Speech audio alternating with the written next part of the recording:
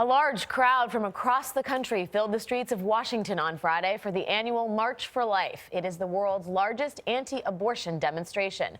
Jan Crawford has more on the march and how it will loom over President Trump's nomination to the U.S. Supreme Court. We are for life! We are for life! For the 44th year, they came by the tens of thousands. Thank you, Mr. President. But this year, there's renewed hope.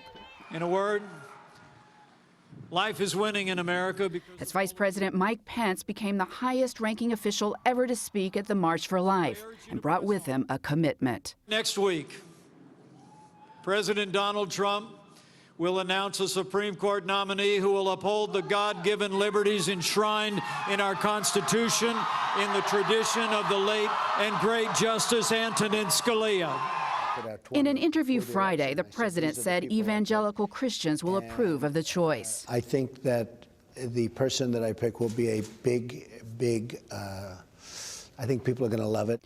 But for federal appeals court Judge William Pryor, a favorite of conservatives, outspoken opposition to abortion as Alabama's attorney general has pushed him to the bottom of Mr. Trump's short list of 3. Now, you've said on several occasions that Roe v. Wade is, quote, the worst abomination of the history of constitutional law.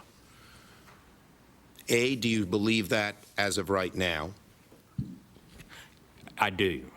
Sources tell CBS News Pryor's nomination is unlikely after Senate Republicans warned about a possible repeat of his 2003 appeals court confirmation battle. I believe that not only is the case unsupported by the text and structure of the Constitution, but it has led to a morally wrong result.